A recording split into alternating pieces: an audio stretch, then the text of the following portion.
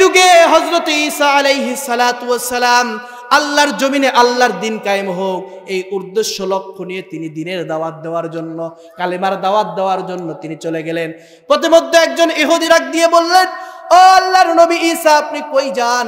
ডাক দিয়ে বললেন, আল্লাহ তাআলার দ্বীনের দাওয়াত দেওয়ার জন্য অমুক গ্রামের মধ্যে আমি যাচ্ছি। ডাক দিয়ে বললেন, ও আল্লাহর পয়গম্বর ঈসা, আমিও একটু আপনার সঙ্গে যাইতে চাই। ঠিক আছে, তুমি যাবা, ভালো কথা, আসো, আমার সঙ্গে আসো। আল্লাহর নবী ঈসা আলাইহিস সালাতু ওয়াস সালাম তার হাতে একটা ব্যাগ ছিল, এই ব্যাগটা এবার যুবককে দিয়ে দিলেন আর বললেন, যুবক, এই ব্যাগটা তোমার হাতে নাও। এবার নিয়ে দুইজনের কাফেলা, দুইজন ইমানি দাওয়াত দেওয়ার জন্য, কালিমার দাওয়াত দেওয়ার জন্য, এবার দুইজন ইসলামের দাওয়াত দেওয়ার জন্য রওনা হয়ে গেলেন। মরুভূমির মধ্যে একটা গাছ দেখতে পারলেন। দীর্ঘ পথ যখন তেনারা অতিক্রম করলেন, এই দীর্ঘ পথ অতিক্রম করার পরে এবার ওই দুইজন ওই গাছটার নিচে একটু ছায়া পাইলেন। পাওয়ার পরে ওই গাছের নিচে বসে গেলেন। আচ্ছা বলেন তো, আমরা যখন মাঠে ঘাটে কাজ করি, আমরা যখন বড় পেরেশানি হয়ে যায়, যদি ছায়াতল একটা গাছ পাই, ওই গাছের মধ্যে গা জোড়াই কিনা? জোড়াই না? গা জোড়াই। তিনারা গা জোড়ানোর জন্য ওই জায়গার মধ্যে বসে গেলেন। আর যুবক ডাক দিয়ে বললেন, ও আল্লাহর পয়গম্বর ঈসা, আমারে তো বড় ক্ষুধা লেগে গিয়েছে, আপনার কাছে কি কোনো খানা আছে? আমারে কি দিবেন? বলল, ব্যাগের মধ্যে 3টা রুটি রয়েছে। কয়টা রুটি? কথা বলেন, কয়টা রুটি? 3টা রুটি রয়েছে। 2টা রুটি বাহির কর, তুমি একটা খাও, আমি একটা খাই। আর একটা রুটি থাকবে, দিনের দাওয়াত শেষ করে আবার ক্ষুধা লেগে যাবে, তখন আমরা খেয়ে নেব। এবার 2টা রুটি বাহির করা হলো ব্যাগের মধ্য থেকে। একটা রুটি এবার যুবক খেয়ে নিল, আর একটা রুটি আল্লাহর পয়গম্বর ঈসা আলাইহিস সালাতু ওয়াস সালাম খেয়ে নিলেন। সুবহানাল্লাহ। এবার যুবক চিন্তা করতেছেন যে আমার একটা রুটি খায়া তো পেট ভরলো না, এই একটা রুটিও আমাকে খাইতে হবে। ওনাকে বলল তো অর্ধেক ভাগ নেবে, ওনাকে বলা যাবে না, বলেই কাম সারা লাগবে, না বলেই কি করা লাগবে? কাম সারা লাগবে। তাছাড়া ওনাকে বললো তো আবার যদি অর্ধেক ভাগ চাই, তখন তো আমার লস হবে, ঠিক কি না? এই চিন্তা করে আল্লাহর নবী হযরত ঈসা আলাইহিস সালাতু ওয়াস সালাম গাছের নিচে যখন ঘুমায় গেলেন, ঠিক ওই মুহূর্তে ওই রুটিটাও বাহির করে তিনি খেয়ে নিলেন। খায়া নেওয়ার পরে এবং লাশ সাহেবের মতো ও ঘুম পাড়তেছে, লাকের ডাক তুলে ঘুম পাড়তেছে। এমন তো অবস্থায় আল্লাহর নবী ঈসা উঠায় গেলেন, ডাক দিয়ে বললেন, ও যুবক, চলো দিনের দাওয়াত দেই। দিনের দাওয়াতি কাজ শেষ করার পরে প্রচন্ড ক্ষুধা লেগে গেলেন। আচ্ছা, তখন তো গাড়ি ঘোড়া ছিল না, এখন যে আমরা আর হাঁটাই লাগে না, বাড়ি থেকে আমাদের গোয়ার নিচে একটা মোটর সাইকেল রয়েছে, আমরা যখন ইচ্ছা যে জায়গায় মন চাই ঠিক আছে সে জায়গায় যাই, ঠিক কিনা? এখন তো আর হাঁটা লাগে না, বাড়ি পর্যন্ত গাড়ি ঢোকে, ঠিক কিনা? সেই যুগে তো গাড়ি ছিল না। তিনারা তিনাদের পায়ের উপরে ভর করে, পাকে অতিক্রম করে করে তিনারা দিনের দাওয়াত দিতেছিলেন। এমন তো অবস্থায় তিনি এবার করলেন কি, ক্ষুধা লেগে গেলেন। ডাক দিয়ে বললেন, যুবক, ও যুবক, তোমার ওই ব্যাগের মধ্যে দেখো একটা রুটি রয়েছে, রুটিটা বাহির করো, রুটিটা আমরা খেয়ে নেই, খেয়ে আমরা একটু পানি খাই। এবার রুটিটা যুবক আর বলতেছে না যে আমি খাইছি, এ কথা বলতেছে না। এবার ব্যাগের মধ্যে খুঁজতেছে, ব্যাগের মধ্যে খুঁজতেছে, কিন্তু ব্যাগের মধ্যে যতই খুঁজুক, বলেন তো রুটি পাওয়া যাবে? রুটি আছে? রুটিটা আগেই গায়েব হয়ে গেছে। আল্লাহর নবী হযরত ঈসা আলাইহিস সালাতু ওয়াস সালাম ডাক দিয়ে বললেন, ও যুবক, রুটি পাওয়া যাচ্ছে না নাকি? রুটি তো ব্যাগের মধ্যে আমার সামনেই রেখে দিলা। ডাক দিয়ে বলতেছেন, ও আল্লাহর নবী ঈসা, ব্যাগের মধ্যেই তো আমও রেখে দিলাম, কিন্তু উটি তা পাওয়া যাচ্ছে না। উটি কই? উটি তো নাই। কি ব্যাপার, উটি নাই? উটি কি হয়ে গেল? আল্লাহর নবী আর একটাও কথা বললেন না। সঙ্গে সঙ্গে এবার তেনার আর বুঝতে দেরি নাই, কিন্তু প্রকাশ করার দরকার আছে না নাই? নবী রাসূলরা প্রকাশ করার দরকার আছে না নাই? চোর ধরার দরকার আছে না নাই? কথা বলেন, চোর ধরতে হবে কিনা? আল্লাহর নবী ঈসা বললেন, ঠিক আছে, তাহলে চলো বাড়ির উদ্দেশ্যে। রুটি যখন নাই আর কি করা যাবে?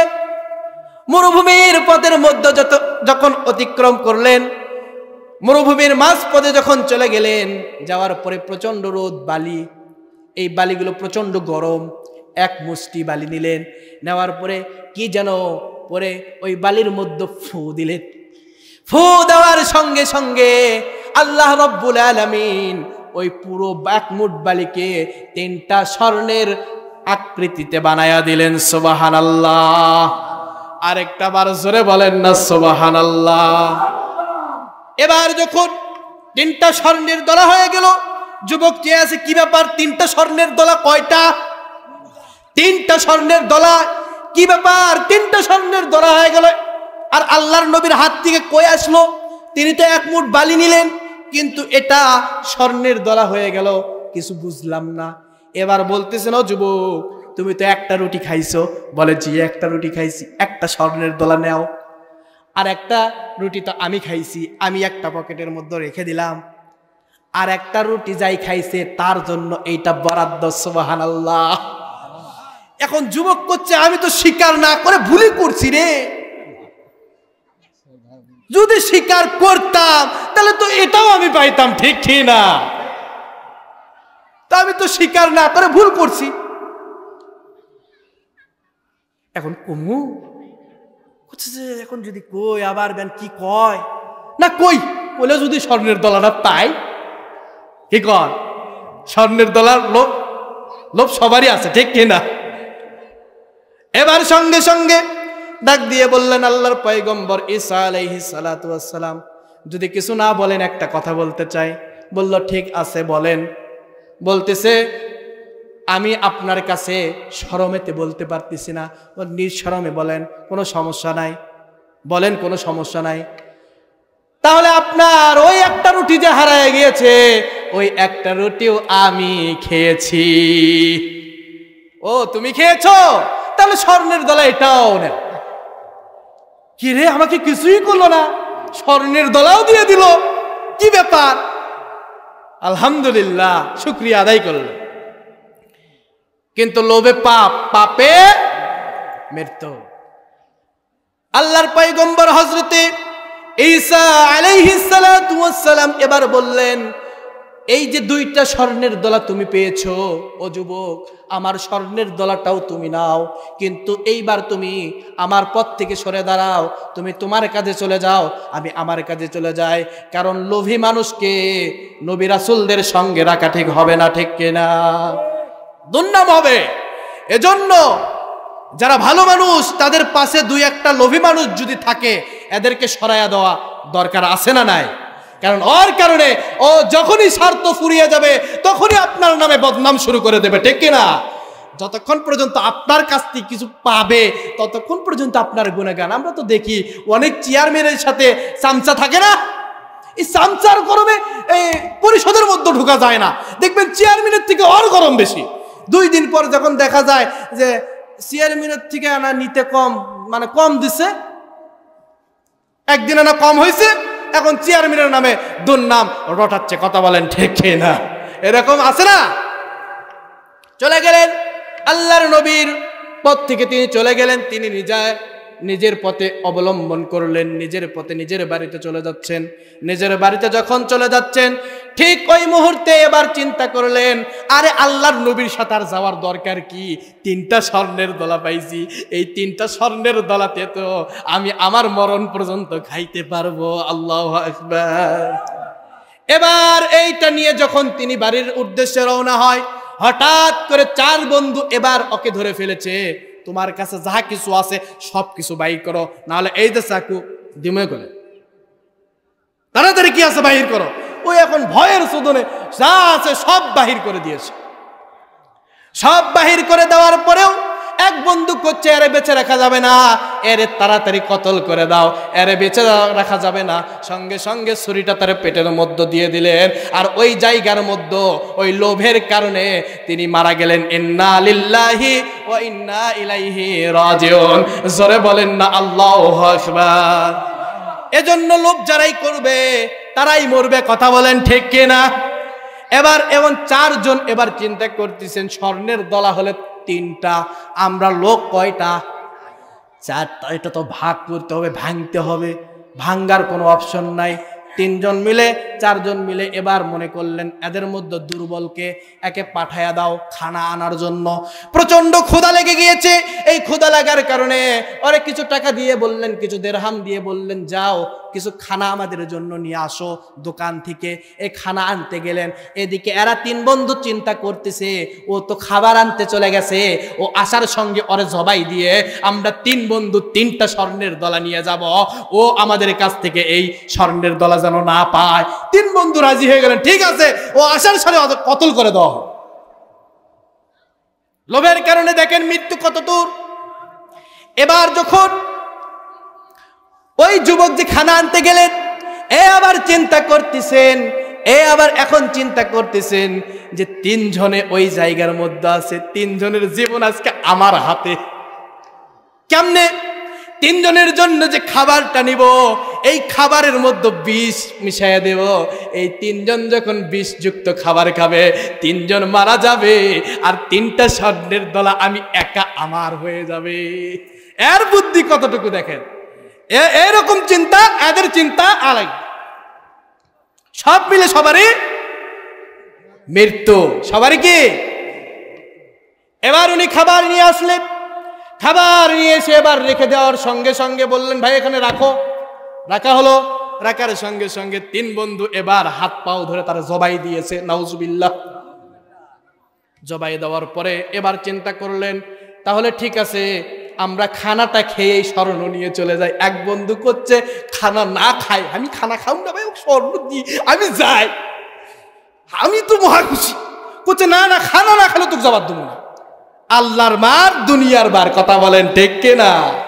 আল্লাহ যারে মারে পৃথিবীর কেউ তারে বাঁচাইতে পারবে? পৃথিবীর কেউ তারে বাঁচাইতে পারবে না। আর আল্লাহ যদি কাউরে বাঁচায় পৃথিবীর সমস্ত মানুষও তারে বাড়তে পারবে না। আমার ভাইজান, আমার বন্ধুগণ, এবার তিনজনে মিলে সুন্দর করে খানা খেয়ে নিলেন। খানা খায়া নেওয়ার পরে সবার গলা ধরে গেল। এবার চিন্তা করতেছেন ও হে বন্ধু, আমাদের মনে হয় এই খানার মধ্যে বিষ দিয়েছে, আর স্বর্ণের লোভ করলাম, তুইও বাঁচলি না, ও বাঁচলো না, ও বাঁচলো না, আমরা সবাই মরণ কবলে পড়ে গেলাম। এবার সবার মৃত্যু অনিবার্য ওই জায়গার মধ্যে হয়ে গেল। আল্লাহু আকবার। এজন্য যারাই এইভাবে লোভ করবে, এভাবে তারাই মরণ ফাঁদে পা দেবে, কথা বলেন ঠিক কিনা? মরণ ফাঁদে এভাবেই পা দেবে। আমাদের মাঝে আর বেশি দিন নয়, রমজান মাস আসতে আর বেশি দিন আছে নাকি? 1.5 মাসও নাই, 1.5 মাসের চেয়েও কম রয়েছে। আমার ভাইজান, আমার বন্ধুগণ, রমজান আসার আগে আমাদেরকে প্রস্তুতি নিতে হবে। কারণ রমজান আসার আগে আমাদের প্রস্তুতি নেওয়ার দরকার আছে না নাই? এটা রজব মাস।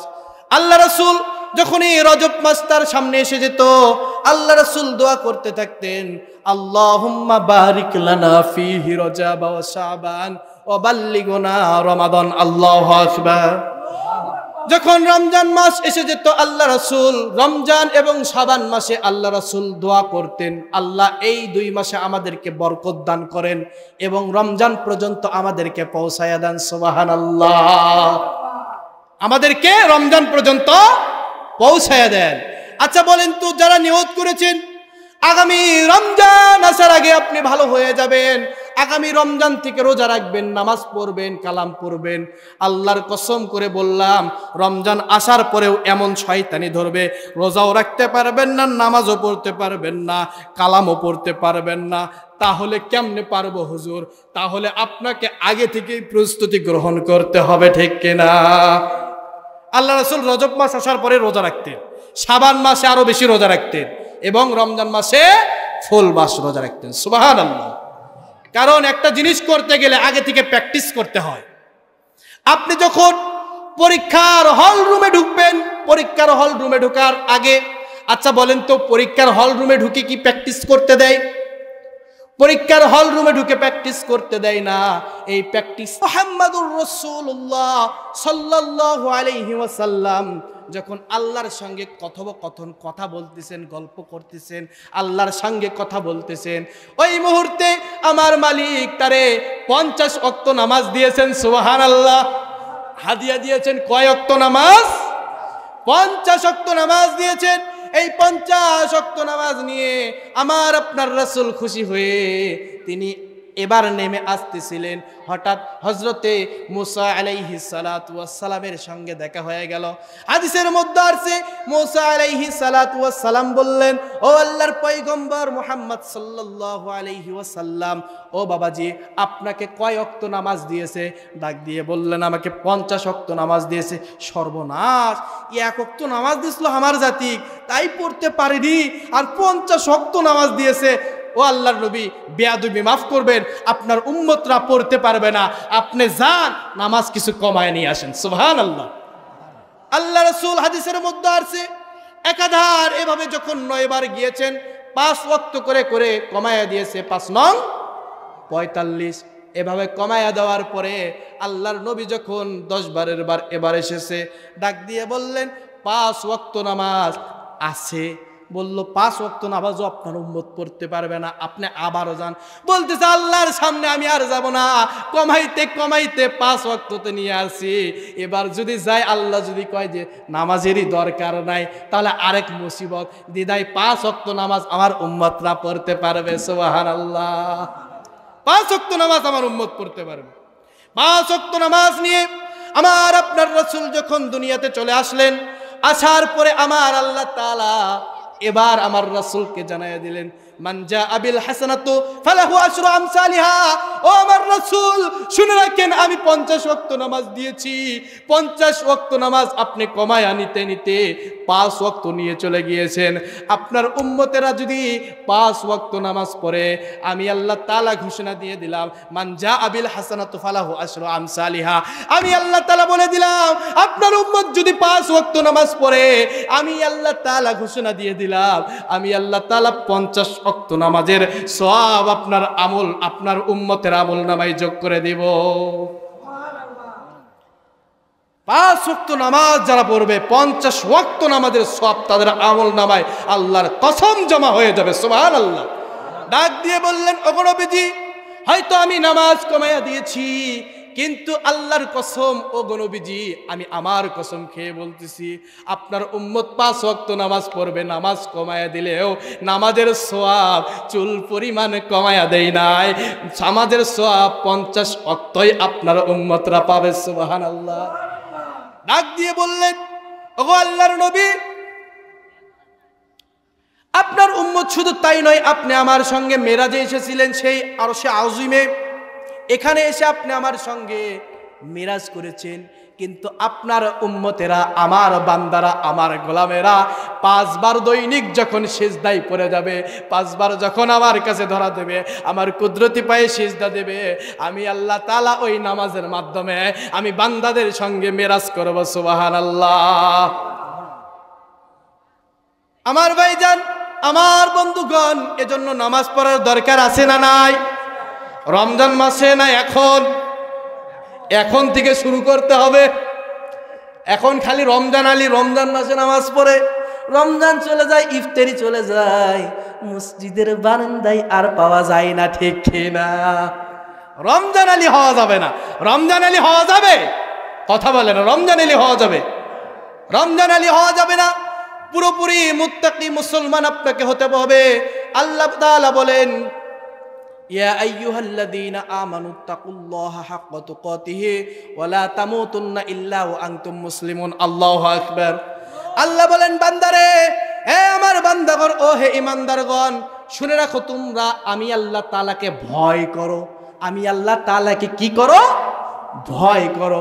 শুধু ভয় নয়, ভয়ের মতো ভয় আমি আল্লাহ তাআলাকে করো। ওয়া লা তামুতুন্না ইল্লা ওয়া আনতুম মুসলিমুন। শুধু তাই নয়, মুসলমান না হয়ে কবরে এসো না। আচ্ছা বলেন তো, আল্লাহ কিন্তু মুসলিমদের উদ্দেশ্যে এই আয়াতটা নাজিল করতে পারতো কিনা? কিন্তু আল্লাহ বলেছেন, ইয়া আইয়ুহাল্লাযীনা আমানু, সমস্ত ঈমানদার। তার মানে বোঝা যায় সমস্ত মানুষই ঈমানদার। এদের মধ্য থেকে যখন একজন মানুষ ঈমান গ্রহণ করে, তখন সে সোনার মানুষ পরিণত হয়, তখন সে মুসলমান হয়, ঠিক কিনা? মুসলমান হতে আপনাকে ঈমান গ্রহণ করতে হবে, ঈমানের স্বাদ নিতে হবে। ঈমানের স্বাদ ছাড়া আপনি মুসলমান হতে পারবেন? আপনি মুসলমান হয়েছেন, আপনার ঈমান চলে গিয়েছে, যার কারণে আপনার মুখে আসে রাজনীতি এক জিনিস, ধর্ম আরেক জিনিস। কথা বলেন ঠিক কিনা? আপনার মুখ দিয়ে এগুলো শোভা পায় না, কারণ আপনি একজন সম্মানী লোক। বাংলাদেশের মানুষ আপনাকে সম্মান করে, দিদাই সম্মানের জায়গাটা সম্মানের জায়গায় রেখে আপনাকে কাজ করতে হবে, ঠিক কিনা? সম্মানের জায়গা সম্মানে রেখেই আপনাকে কাজ করতে হবে, বেখিয়াল হওয়া যাবে না। চেয়ারের জন্য, গদির জন্য, ক্ষমতার জন্য যা মুখে আসলো তাই বলে গেলেন, কাল কিয়ামতের ময়দানে আল্লাহর সামনে জবাব দিতে হবে কিনা? আমার ভাইজান, আমার বন্ধুগণ, এজন্য ভুলে গেলে চলবে না, আমরা সকলেই একজনের গোলাম। তিনি কে? আল্লাহ। আমরা সবাই আল্লাহর গোলাম কিনা? আমাদের মুনিব, আমাদের মালিক হচ্ছেন আল্লাহ। সেই আল্লাহর প্রেমে হাবুডুবু যতক্ষণ পর্যন্ত আমরা না খাবো, ততক্ষণ পর্যন্ত আমরা পুরোপুরি মুমিন মুত্তাকি মুসলমান হতে পারবো না। সুবহানাল্লাহ। আল্লাহকে কি সরাসরি পাওয়া যাবে? আল্লাহকে নিতে গেলে আমার রাসূলকে আগে অনুসরণ করতে হবে, ঠিক কিনা? রাসূল ছাড়া আল্লাহ পাবেন না। পাবেন? রাসূলকে আগে নিতে হবে। রাসূলের অনুসরণ না ছাড়া আপনি ডাইরেক্টলি কোরআন মেনে আল্লাহ তাআলার প্রেমে পড়বেন, আল্লাহ বলবেন তোর 4 পয়সার দাম আমার কাছে নাই, যা যা জাহান্নামের দিকে যা। ঠিক না? সাহলা উতবাতুল আনসারী, তিনি একজন আল্লাহর গোলাম ছিলেন। তবুকের যুদ্ধের সময় কাহিনীটা রে বাবা, তার বন্ধু ছিলেন আব্দুর রহমান। এই আব্দুর রহমান তিনি তিনার বাড়িতে মেহমান হয়ে আসলেন সাহলাবাতুল আনসারী। এই সাহলাবা তার বাড়িতে একজন মেহমান হয়ে আসার পরে এবার হঠাৎ করে যুদ্ধের ডাক এসে গেল। আব্দুর রহমান তুমি কই? বিশ্বনবীর চিঠি এসেছে, তবুকের যুদ্ধের ডাক এসে গিয়েছে, আর বাড়ির জমিনে দেরি করো না, চিঠি পাওয়া মাত্রই আমি রাসূলের ডাকে সাড়া দিয়ে চলে আসো। সুবহানাল্লাহ। আব্দুর রহমান এবার চিঠি পাওয়ার পরে সাহালাবাকে ডাক দিয়ে বলছেন, ভাই আমার রাসূল তো আমাকে ডাক দিয়েছেন, আমার প্রাণের চেয়ে আমি আমার রাসূলকে ভালোবাসি। সুবহানাল্লাহ। কুল ইন কুনতুম তুহিব্বুনাল্লাহ ফাত্তাবিউনি ইউহিব্বুকুমুল্লাহ। আল্লাহু আকবার বলেন। বলতেছেন আমি আমার রাসূলকে আমার প্রাণের চেয়ে বেশি ভালোবাসি, আমি আমার রাসূল আমারে ডাক দিয়েছে, আমি আর থাকতে পারবো না। ও সাহালাবা তুমি যেও না, তুমি আমার বাড়িতে মেহমান হিসেবে থাকো, তবে আমি যতক্ষণ পর্যন্ত না আসি এতক্ষণ পর্যন্ত আমার বাড়ির দায়ভার সমস্ত তোমাকে নিতে হবে, আমার বাড়ির সমস্ত দায়ভার তুমি নিবা। বলল ঠিক আছে। বলতেছে এটা তো সম্ভব নয়, আমি যদি মারা যাই তাহলে আমার ফ্যামিলিটাকে তুমি চালাবা, আমার ফ্যামিলির খরচপাতি যা কিছু হয় সব তোমাকে বহন করতে হবে। তিনি বলতেছে এটা কেমনে সম্ভব? বলতেছে আমি তোমার উপরে দায়িত্বটা উদারপন করে দিয়ে গেলাম, তুমি এই দায়িত্বটা নাও। সঙ্গে সঙ্গে সাহলাবাতুল আনসারী ডাক দিয়ে বললেন ঠিক আছে ভাই আমি রাজি। এবার তিনি আব্দুর রহমান চলে গেলেন আল্লাহ রাসূলের ডাকে।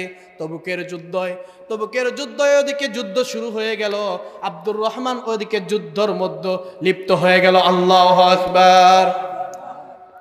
আমার ভাইজান, আমার বন্ধুগণ, এদিকে সাহলাবাতুল আনসারী তিনি চিন্তা করলেন সমস্ত দায়ভার যখন আমার উপরে, আমি একটু বাড়ির আঙিনার মধ্যে বসে থাকি।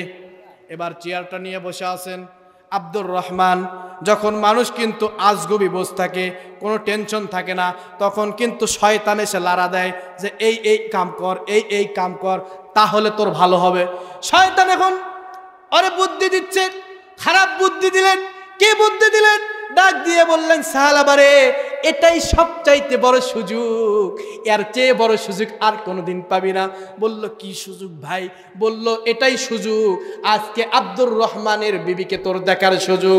আব্দুর রহমান তো আর নাই, সে আর আসবে কিনা জানি না, আব্দুর রহমানের বিবিকে তুই ভক্ষণ করার সুযোগ পাইছিস, আর দেরি করিস না। জোরে বলেন নাউজুবিল্লাহ। এক পা আগায় দুই পা পেছনে আসে, এক পা আগায় দুই পা পেছনে আসে।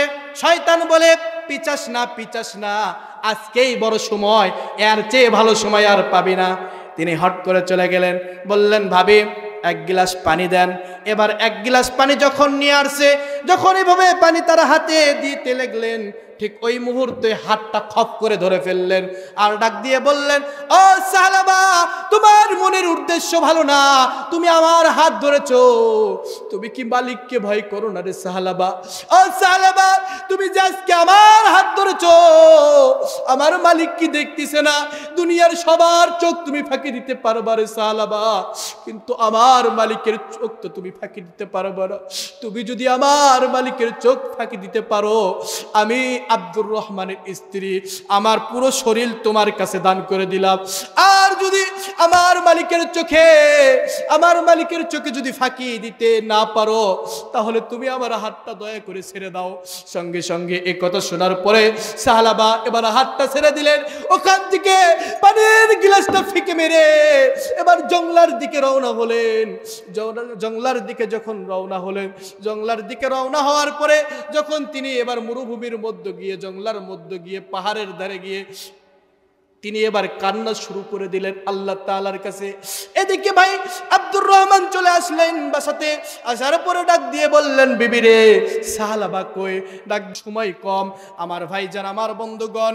এবার সাহালাবাতুল আনসারীকে ডাক দিলেন, ও সাহালাবা কই তুমি?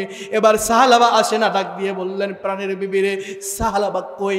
ডাক দিয়ে বললেন, সাহালাবা নাই গো প্রাণের স্বামী। আপনি যাওয়ার পরে সাহালাবা শয়তানের প্রবেশনায় পড়ে গিয়েছিল, শয়তানের করে পড়ে গিয়েছিল।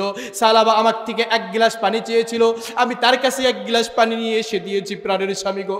এই পানিটা যখন আমি সাহালাবার হাতে দিই, এই সাহালাবা পানি বাদ দিয়ে আমার হাতটা খপ করে ধরে ফেলেছে। এক হাতে পানির গ্লাস ধরেছে, আরেক হাতে আমার হাত ধরে ফেলেছে। যখন আমি তাকে এইভাবে বললাম, সঙ্গে সঙ্গে আমার হাতকে ছেড়ে দিয়ে পানির গ্লাসকে ছুঁড়ে মেরে দিয়ে জংলার দিকে এই দিকে চলে গিয়েছে প্রাণের স্বামী। তারপর থেকে আজ পর্যন্ত আর আসে নাই। জোরে বলেন না আল্লাহু আকবার। ভয় থাকতে হবে কার? এবার আব্দুর রহমান চলে গেলেন। যাওয়ার পরে এবার চিন্তা করলেন যে কই পাবো। দেখে একজন রাখাল, ডাক দিয়ে বললেন, ভাইজান, এই দিকে কি কোনো লোককে দেখেছিলেন যার নাম ছিল সাহালাবা? বলে, না, আমি এই দিকে কোনো লোককে দেখি নাই, তবে ওই যে দেখা যায় পাহাড়, ওই পাহাড়ের দিকে থেকে গভীর রজনীতে কান্নার একটা আওয়াজ ঢেউ বাড়ি খাইতো। এবারে কত শোনার পরে আব্দুর রহমান বুঝতে পারলেন ওটাই সাহালাবা, আর কেউ নয়, ওটাই সাহালাবা। আল্লাহু আকবার। এবার তিনি চলে গেলেন। যাওয়ার পরে এবার দেখতে পারলেন সাহালাবা সিজদার মধ্যে পড়ে মালিকের কাছে ক্ষমা চাচ্ছেন। আর অমনি মাথার উপরে হাত দিলেন, তাক দিয়ে বললেন, সাহালাবা রে, আর কান্দিস না, ওঠ, আর কান্দিস না। আমি আব্দুর রহমান তোর বন্ধু এসে গিয়েছি, তোর ভাই এসে গিয়েছি। ডাক দিয়ে বললেন, ও আব্দুর রহমান, আমি কোন মুখ নিয়ে তোমার সামনে দাঁড়াবো? কোন মুখ নিয়ে আমি তোমার বাড়িতে যাব? তোমার বাড়িতে যাওয়ার তো মুখ আমার কাছে নাই। আমি শয়তানের প্রবেশনায় পড়ে যে খারাপ কাজ আমি করেছি, আমি এই মুখ তোমার বিবির সামনে দেখাইতে পারবো না।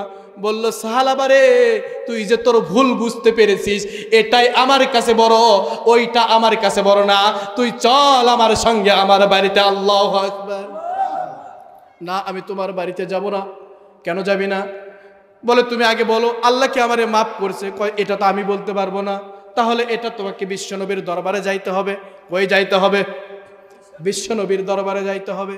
বিশ্বনবীর দরবারে যখন আপনি যাবেন, বিশ্বনবীর দরবারে গেলে আপনাকে মাফ করেছেন কি না, না মাফ করেছেন না মাফ করেছেন, এটা আপনি বুঝতে পারবেন।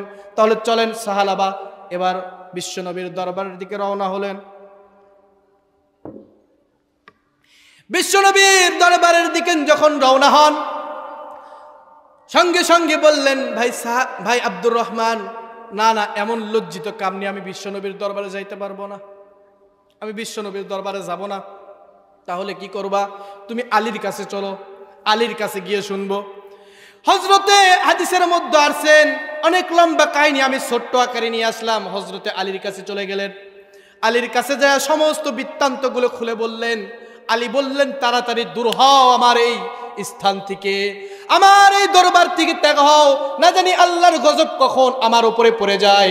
তাড়াতাড়ি যাও, তাড়াতাড়ি যাও, তোমার মুখ আমি দেখতে পাই না, তাই না? জোরে বলেন না আল্লাহু আকবার। এবার এই মুখ নিয়ে ফিরে আসলেন, বলল আলীর কাছে হলো না, ওমরের কাছে চলো। এবার ওমরের কাছে চলে গেলেন, ওমরও এই কায়দায় ফিরাইয়া দিলেন।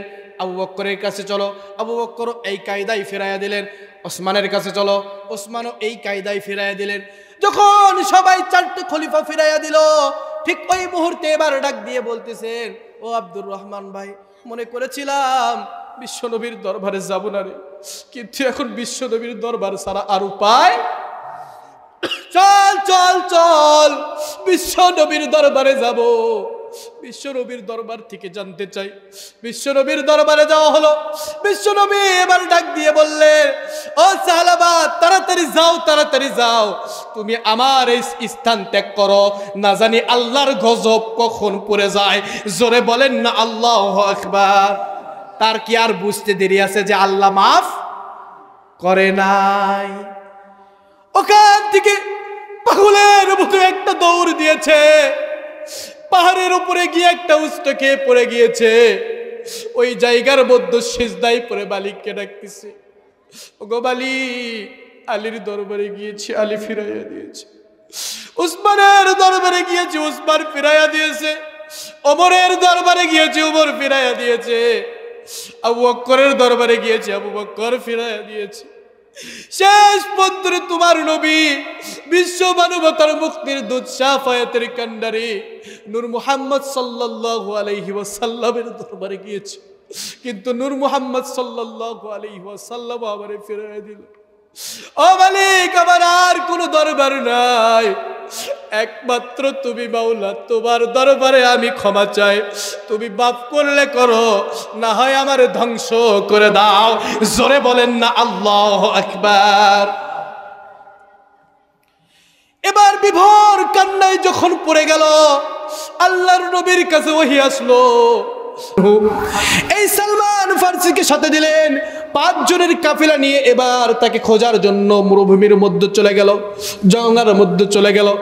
যাওয়ার পরে এবার তারা তাকে খোঁজার জন্য ব্যস্ত হয়ে পড়লেন। খুঁজতে খুঁজতে খুঁজতে খুঁজতে রাত চলে যায়, দিন চলে যায়, খুঁজে পান না, খুঁজে পান না।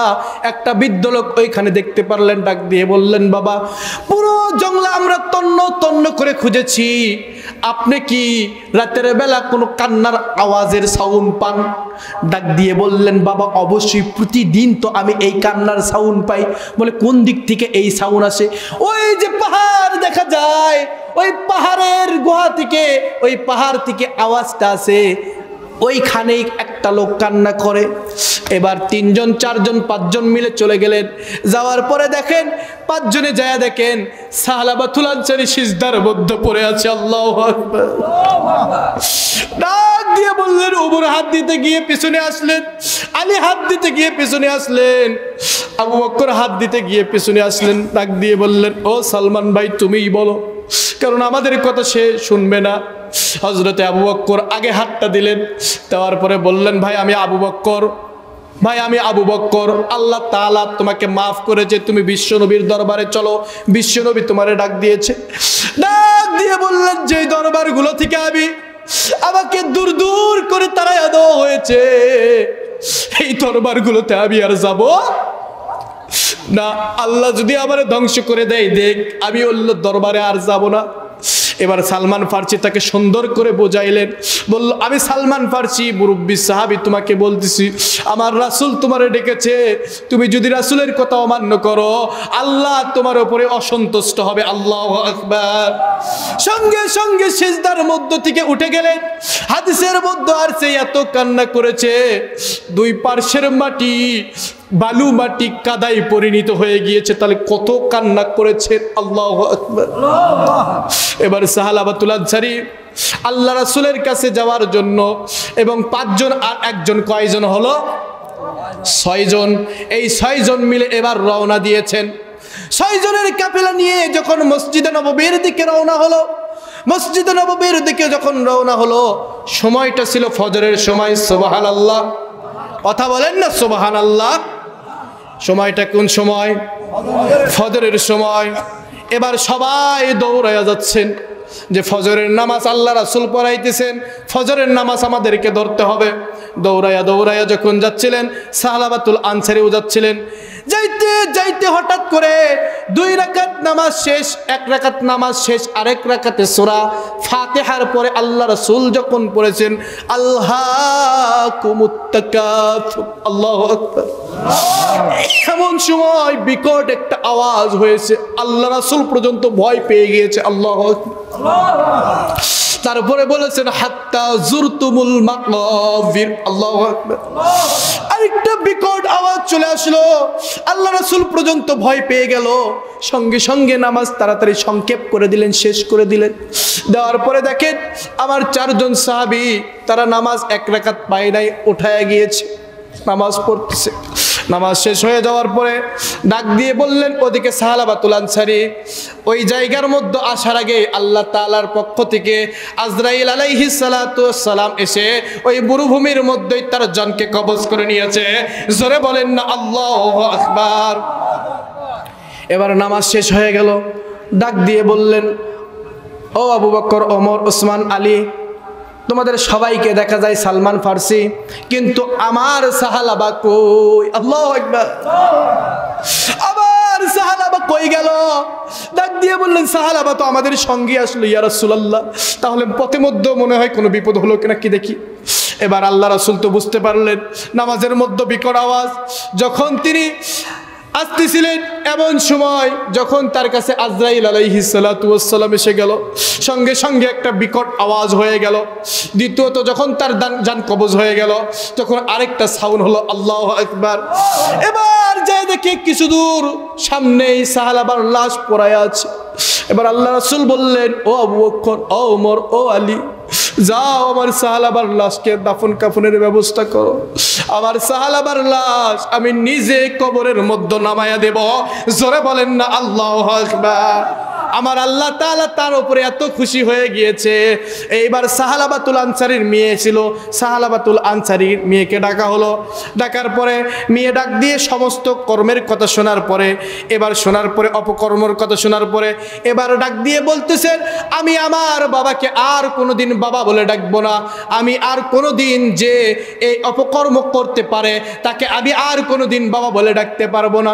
বিশ্বনবী মায়ার নবী ডাক দিয়ে বললেন, ও মা, টেনশন করো না, চিন্তা করিও না, আমার আল্লাহ তাআলা তোমার বাবাকে মাফ করে দিয়েছে। সুবহানাল্লাহ।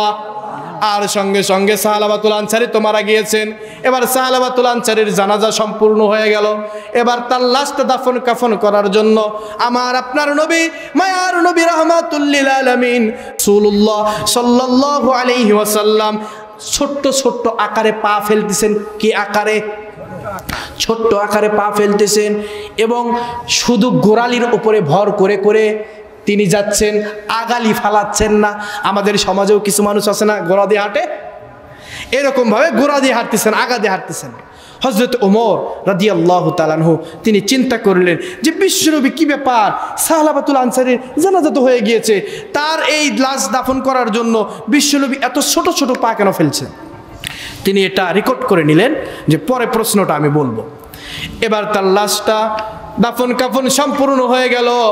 আর কবরের পারে গিয়ে এবার ওই মেয়ে কাঁদতেছে, বাবা তুমি চলে গেলা, আমার মাও নাই বাবাও নাই, তুমি বাবাই ছিলা, আজকের পর থেকে তুমি বাবাও চলে গেলা, আমি কারে আর বাবা বলে ডাকবো, আমি কারে আর মা বলে ডাকবো?